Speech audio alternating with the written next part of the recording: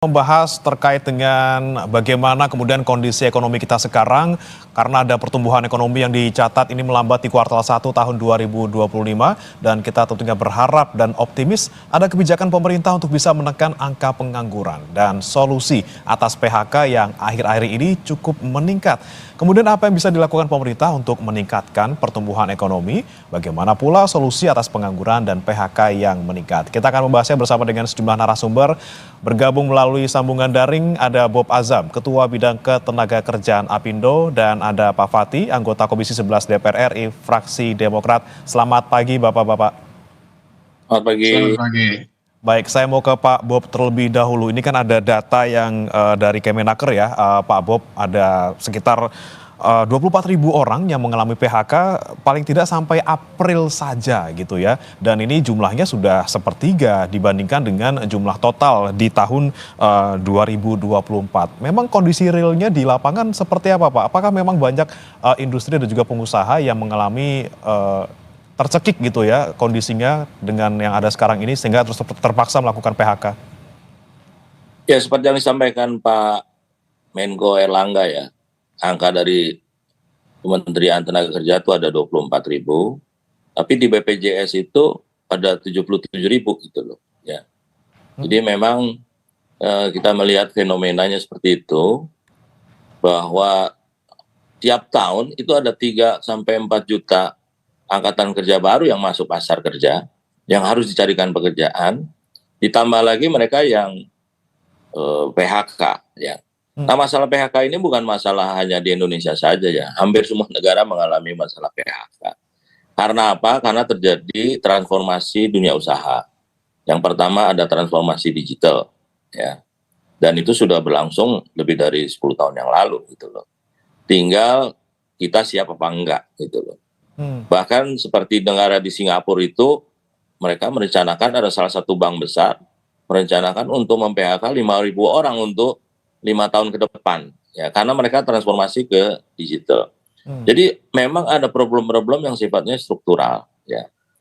Ditambah lagi memang ada problem karena pelemahan ekonomi dunia ya dan domestik. Jadi kalau ada pelemahan ekonomi dunia pasti yang kena yang orientasi ekspor. Dan umumnya orientasi ekspor ini bersumber dari padat karya kita ya. Oke. Tapi disampaikan tadi juga oleh Pak Menaker ya, ini yang PHK ini banyak dari industri pengolahan dan industri services. Ini yang menurut saya justru industri-industri yang selama ini banyak menyerap tenaga kerja ya. Tapi kita nggak heran karena memang pelemahan ini sudah terjadi sejak sebelum COVID.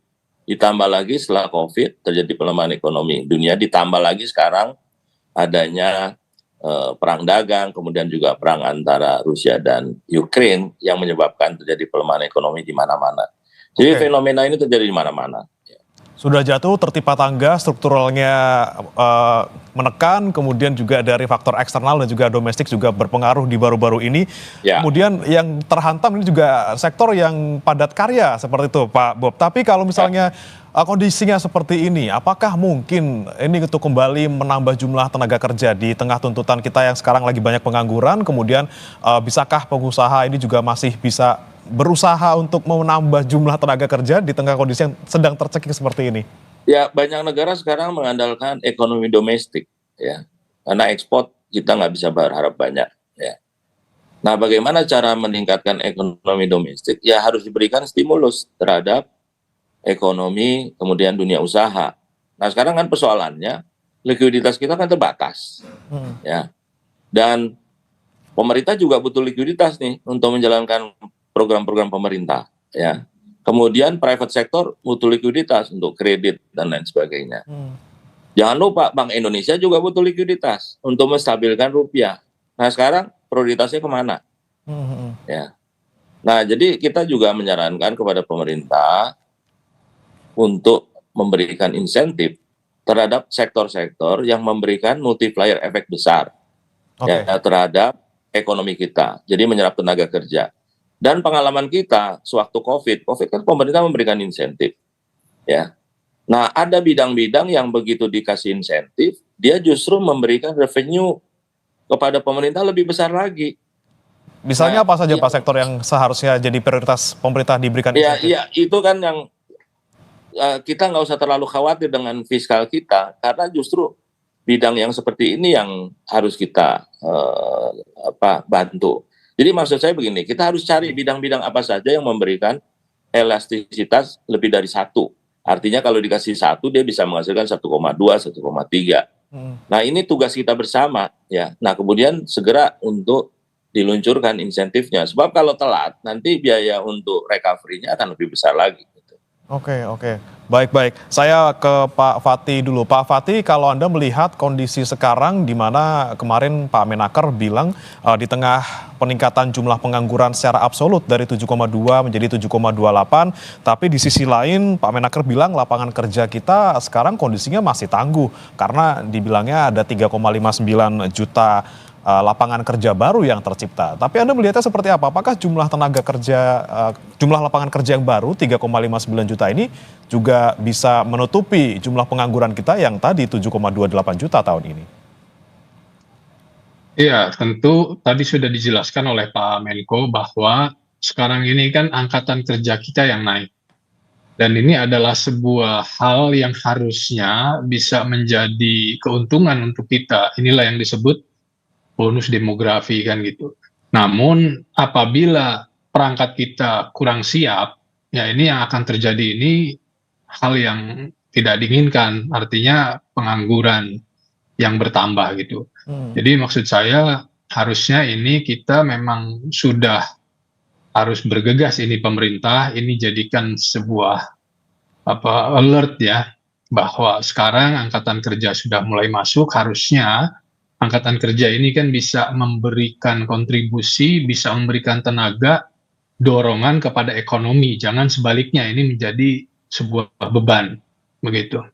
Oke. Karenanya memang diperlukan betul-betul ini terkait dengan investasi. Jadi kita dorong investasi domestik, investasi luar negeri. Kemudian juga tentu UMKM harus kita permudah. Kemarin pemerintah punya program yang sangat bagus sekali terkait hapus tagih. Tapi kita lihat juga kan efektivitasnya masih kurang kan gitu. Kemudian juga dorongan kepada sektor wirausaha kan gitu, dan proyek padat karya. Jadi intinya adalah sebetulnya pemerintah saya lihat sih punya rencana yang oke, cukup bagus. Hanya terkait dengan eksekusinya ini yang harus sama-sama kita pantau lah begitu. Oke, baik. Saya kembali ke Pak Bob lagi. Tadi Anda bilang bahwa butuh sebenarnya stimulus dari pemerintah untuk para pelaku industri ini bisa survive dan juga tentunya harapannya bisa membuka lapangan kerja baru. Namun sebenarnya tantangan dari yang dihadapi sekarang itu paling berat apa sih Pak sebenarnya, dan sektor apa yang so far ini masih bisa survive dan oke, kita akan prioritaskan ke stimulus ke sektor yang sedang bleeding, kemudian sektor apa yang masih kuat sekarang? Sebenarnya kan kita berharap ya demand itu bisa muncul. Jadi problemnya sekarang tuh demand melemah ya. Kita bisa lihat dari pertumbuhan kredit yang biasanya 2 digit sekarang 1 digit ya. Ya memang likuiditas rada kering nih ya. Nah, itu yang harus kita siasati, bagaimana supaya demand itu bisa kembali recovery ya. Nah demand ini kan juga menyangkut pekerja ya. Pekerja itu punya 2 sisi. Satu sisi dia menghasilkan barang, di sisi lain dia mengkonsumsi barang gitu loh ya. Nah, jadi memberi pekerjaan juga salah satu bentuk untuk demand creation ya. Jadi ini sebenarnya satu hal yang saling berhubungan ya. Nah kemudian juga kita juga harus memberikan insentif untuk konsumsi gitu loh ya, berupa kredit ya. Nah ini yang nggak gampang memang ya, tapi harus kita lakukan gitu loh ya. Nggak, agak sulit kita mengundang investasi kalau demand-nya terus menunjukkan perlambatan. Nah, jadi kita harus meningkatkan demand terlebih dahulu sehingga nanti akan diikuti dengan peningkatan investasi. Ya. Jadi memang prioritas alokasi anggaran menjadi kunci dari semua yang kita akan lakukan ke depan. Oke, baik-baik. Dan sudah bergabung juga bersama kami saudara, ada Mas Media Wahyudi Askar, Direktur Kebijakan Publik Center Economic and Law Studies atau Celios. Selamat pagi Mas Media. Selamat pagi, Mas. Baik Mas Media, ini kan kita lagi membahas terkait dengan bagaimana kondisi kita sekarang yang sedang terjepit, kemudian di satu sisi pengangguran kita meningkat dan lapangan kerja juga terbatas seperti itu. Tapi ada data yang disampaikan oleh BPS yang sepertinya menarik untuk kita cermati bahwa TPT ini 4,82%, kemudian turun di tahun ini jadi 4,76%. Tapi di satu sisi lain itu pengangguran absolutnya justru naik nih Mas angkanya dari 7,2 menjadi 7,28. Kalau Anda bagaimana menjelaskannya secara sederhana agar publik mengerti ini sebenarnya kondisi kita tuh sedang baik-baik saja atau tidak, terutama dalam kondisi lapangan kerja yang sedang ada sekarang? Iya, sebetulnya untuk melihat kondisi lapangan kerja ada beberapa indikator dan memang salah satunya itu pengangguran. Tapi saya harus jujur katakan data BPS terkait pengangguran ini sangat problematik karena pekerja yang dianggap menganggur itu tidak hanya pekerja yang dibayar, tetapi juga pekerja yang tidak dibayar itu dianggap sebagai pekerja formal. Artinya misalkan dia bekerja tapi tidak dibayar itu dianggap sebagai pekerja. Nah, ini jumlahnya meningkat signifikan. Pekerja yang tidak dibayar ini meningkat signifikan.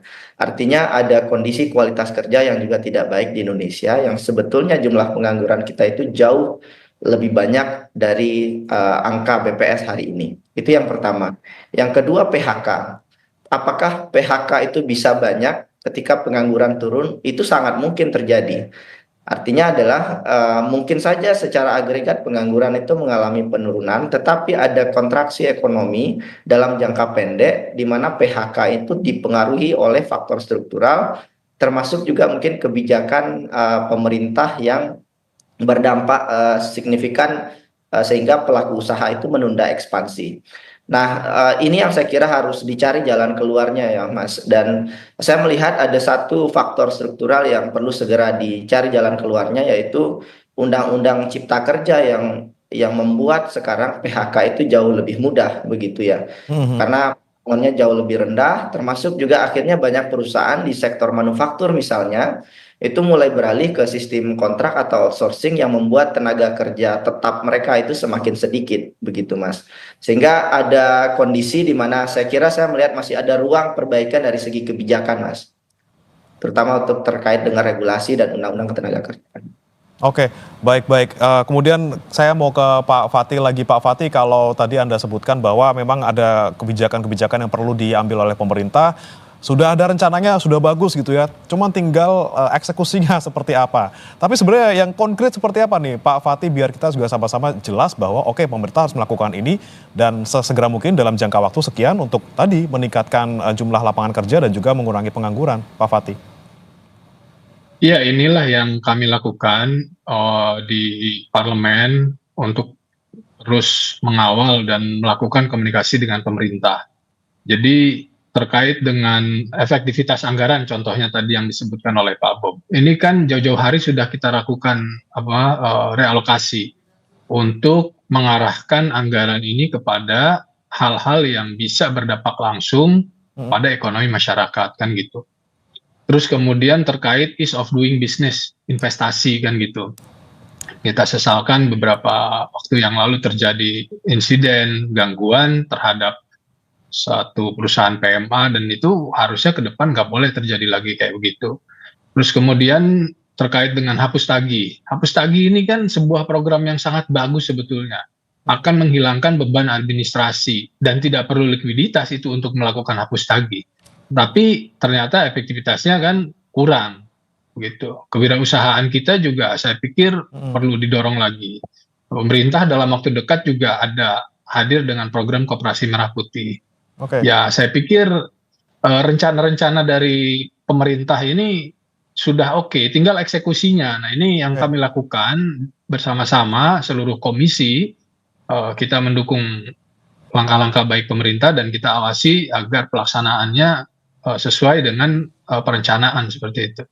Baik, saya ke Mas Media lagi. Mas Media, menanggapi dari pernyataan Pak Fatih terkait sudah ada rencana dari pemerintah yang luar biasa, seharusnya bisa berdampak positif, namun bagaimana kemudian eksekusinya dan bagaimana kemudian pengaruhnya sebesar apa untuk nanti kita bisa memperbaiki kondisi kita?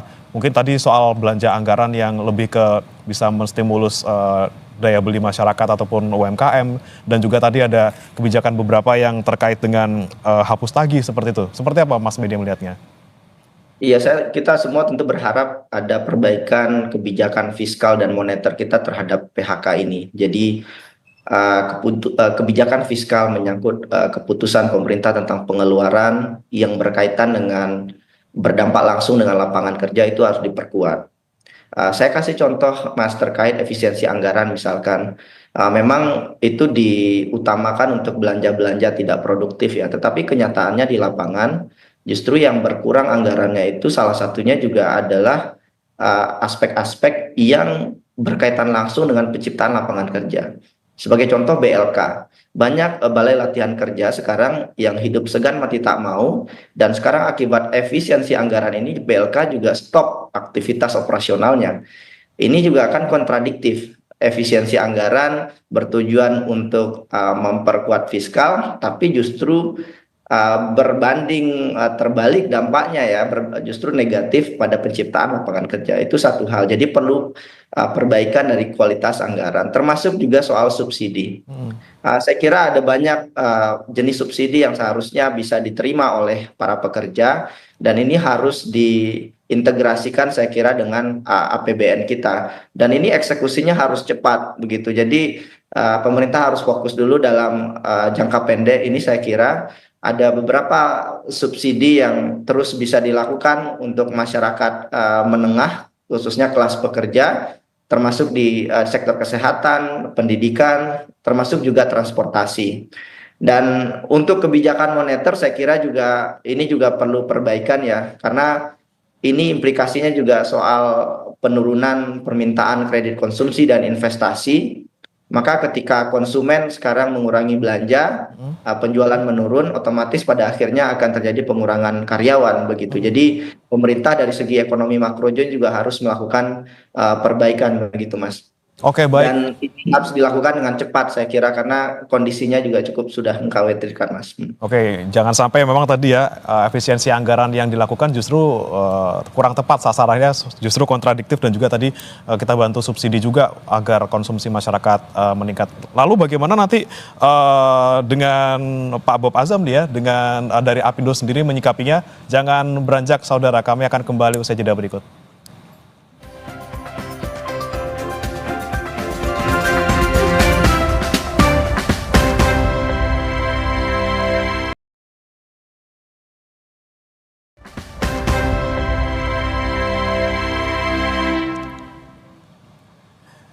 Anda kembali di Sapa Indonesia Pagi, saudara. Kita lanjutkan kembali dialog bersama dengan 3 narasumber kami. Tadi terakhir saya ke Mas Media, memang sejumlah hal harus dilakukan pemerintah gitu ya, terutama tadi terkait dengan efisiensi anggaran yang harus tepat sasaran gitu ya Mas ya, dan juga ada subsidi yang diberikan tentunya untuk meningkatkan konsumsi masyarakat. Tapi kalau dari sisi pengusaha sendiri, Pak Bob melihatnya, apakah langsung berdampak gitu ya dengan adanya subsidi, kemudian konsumsi meningkat ke pengusaha, ataukah butuh yang lainnya, misalnya tadi terkait dengan bunga kredit yang juga diturunkan seperti itu, Pak Bob?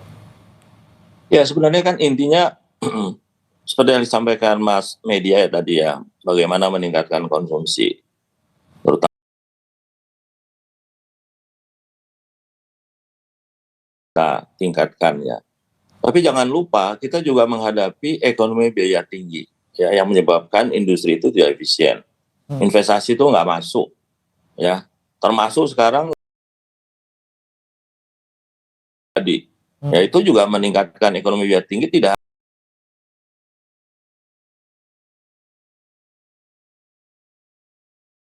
harga nggak bisa dinaikin karena kemampuan daya beli juga rendah. Jadi yang kita harus lakukan adalah deregulasi ya. Regulasi ini kan luar biasa. Misalnya kami aja di sektor ketenagakerjaan sekarang menghadapi isu-isu mengenai tapera ya, itu kan ada kemungkinan kenaikan iuran ya.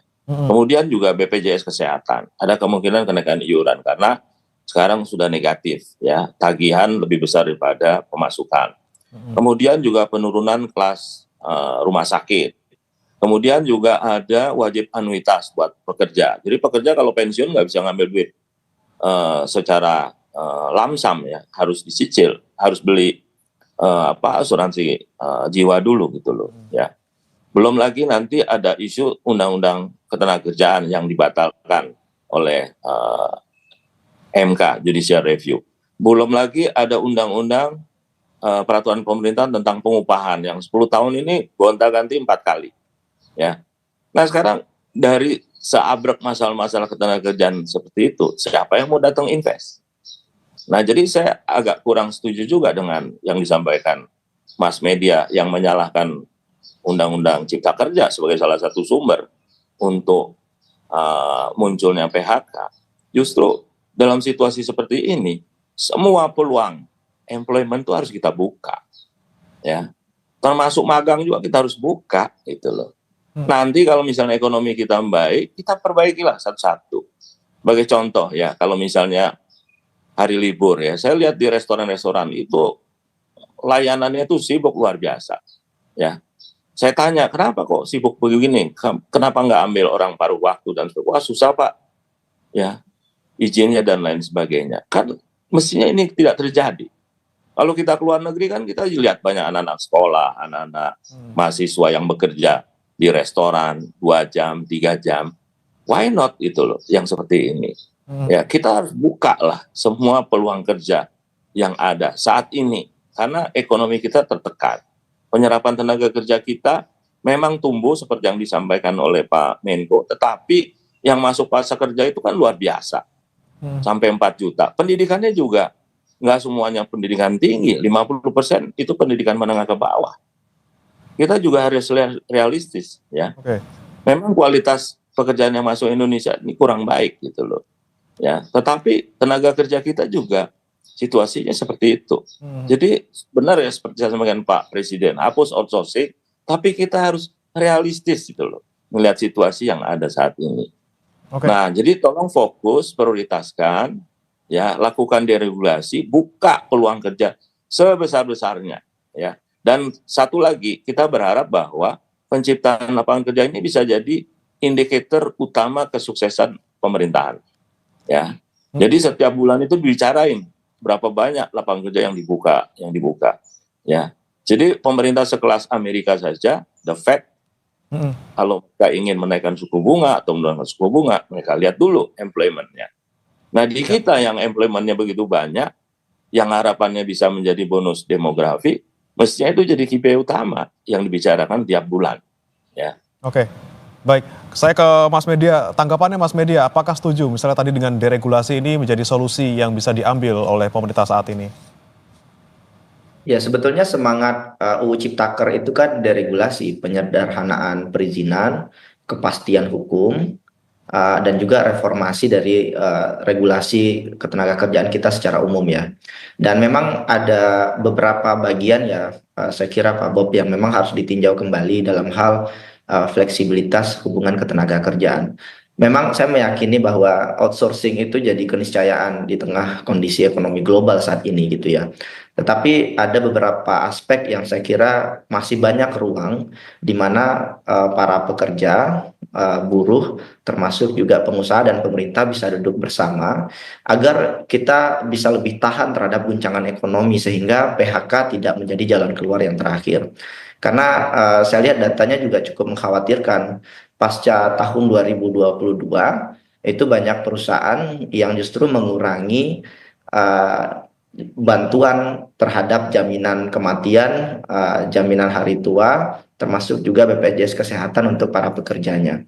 Dan saya nggak bilang ini adalah kesalahan dari dunia usaha, tapi memang regulasinya memungkinkan perusahaan untuk tidak melakukan itu, atau setidaknya ada fleksibilitas dunia kerja yang kemudian juga akhirnya memukul kesejahteraan dari para pekerja. Dan pada implikasinya ini juga berdampak signifikan pada daya beli masyarakat begitu, karena berkurangnya disposable income yang diterima oleh para buruh.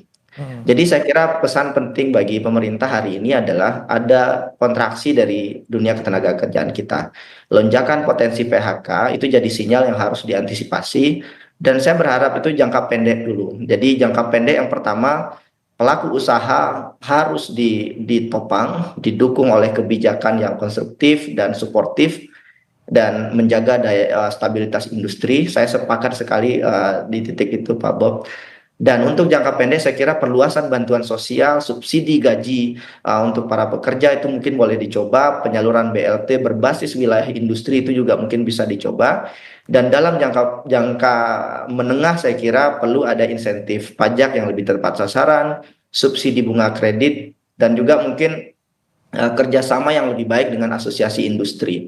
Ini yang mungkin bisa dilakukan. Dan tadi saya sepakat Pak Bob, saya menggarisbawahi sekali lagi soal premanisme. 1 dari 10 perusahaan Indonesia itu terkapar karena crime dan salah satunya berkaitan dengan premanisme. Itu data World Bank Enterprise Survey tahun 2023.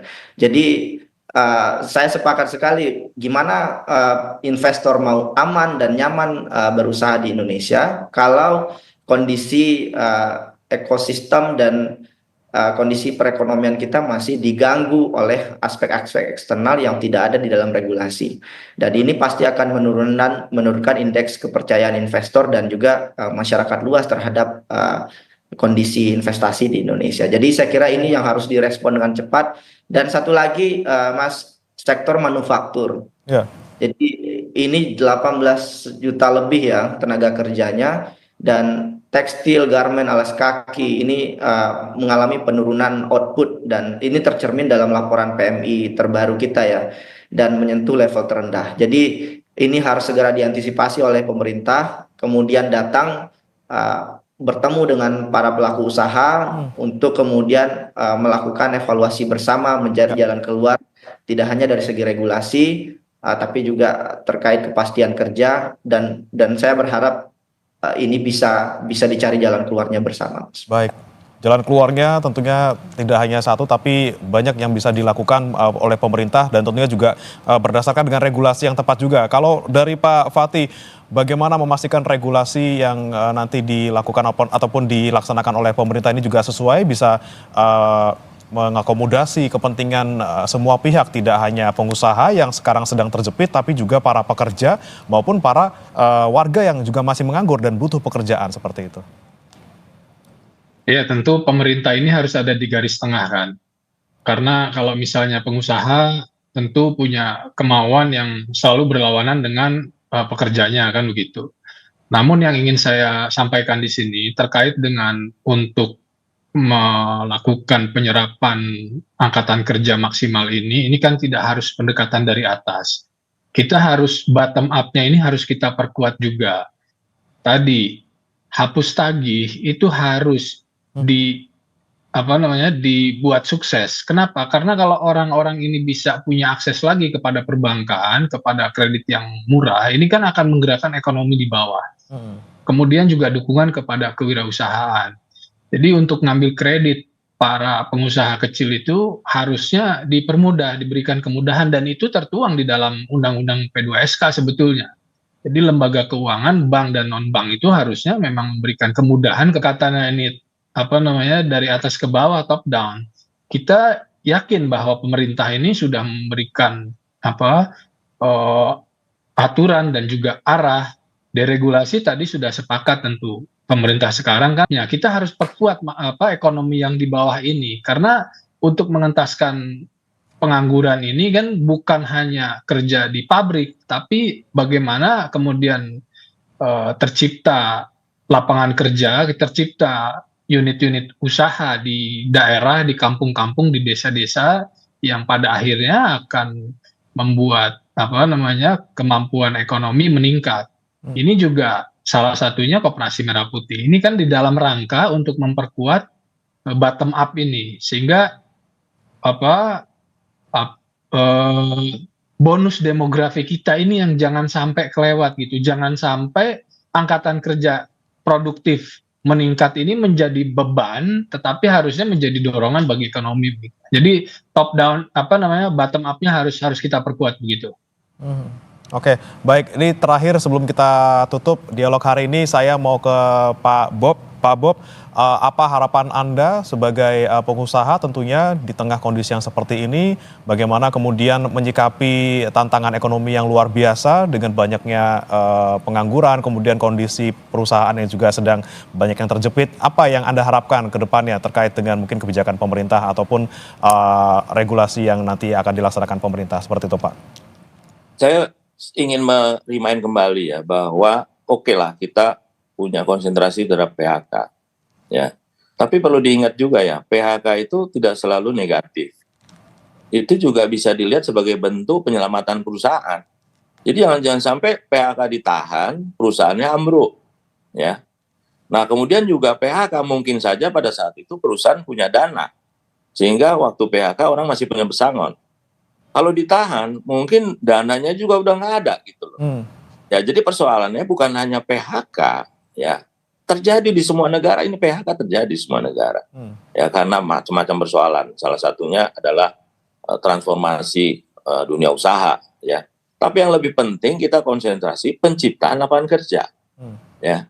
Misalnya tadi Gubernur Jawa Timur pembatasan usia, ya dihilangkan. Nah masalahnya kenapa terjadi pembatasan usia? Kalau kita buka lowongan pekerjaan, yang datang itu 10.000 orang. Lowongannya 10 orang. Nah sekarang bagaimana kita mensiasati, mencari 10 orang dari 10.000 orang kalau misalnya tidak ada pembatasan. Jadi persoalannya bukan soal usianya dibatasin atau tidak. Tapi lowongan pekerjaannya terlalu sedikit. Nah justru untuk mereka yang sudah berusia, kalau di Singapura itu mereka usia 40 otomatis akan mendapatkan dana dari pemerintah untuk melakukan reskilling. Nah sekarang pertanyaannya, di kita ada nggak dana untuk reskilling untuk pekerja-pekerja yang sudah usia 30, 40? Baik. Nah lagi-lagi kita bicara masalah anggaran untuk SDM kita. Nah jadi kembali lagi bagaimana kita refocusing lagi anggaran. Mungkin proyek-proyek yang sifatnya prestisius, ya yang proyek-proyek yang itu udah harus di stop lah. Ya. Dengan menyetop itu kemudian pemerintah merelokasikan anggaran, itu udah sinyal yang bagus bagi dunia usaha. Kemudian deregulasi itu diterusin gitu loh. Ditambah lagi insentif-insentif yang diberikan kepada sektor-sektor yang punya multiplier effect. Menurut saya 3 hal itu dilakukan, berubah. Baik. Saya ke Pak Fatih. Pak Fatih, terakhir Pak Fatih, apa yang Anda dorong paling dekat ke pemerintah untuk kondisi sekarang ini Pak? Pastikan program-program yang ada ini berjalan dengan efektif dan governance-nya terjaga. Jadi program yang dimiliki oleh pemerintah ini sudah bagus. Realokasi anggaran, pastikan realokasi ini menyentuh kepada ekonomi kerakyatan. Kemudian terkait dengan program-program lainnya, hapus tagih, hilirisasi. Kalau ini koperasi merah putih juga jalan, pastikan koperasi ini berjalan sesuai dengan yang direncanakan. Jangan sampai ada fraud yang dilakukan. Kemudian yang terakhir, Danantara. Pastikan Danantara ini berjalan efektif, pastikan Danantara ini berjalan baik tanpa ada permasalahan. Pastikan semua yang direncanakan dan juga sedang dijalankan dilakukan dengan baik oleh pemerintah. Terima kasih Bapak-Bapak, Pak Fatih, anggota Komisi 11 DPR RI, kemudian Pak Bob Azam, Ketua Bidang Ketenagakerjaan Apindo, dan terakhir ada Mas Media Wahyudi Askar, Direktur Kebijakan Publik sudah bergabung bersama kami dalam Sapa Indonesia Pagi.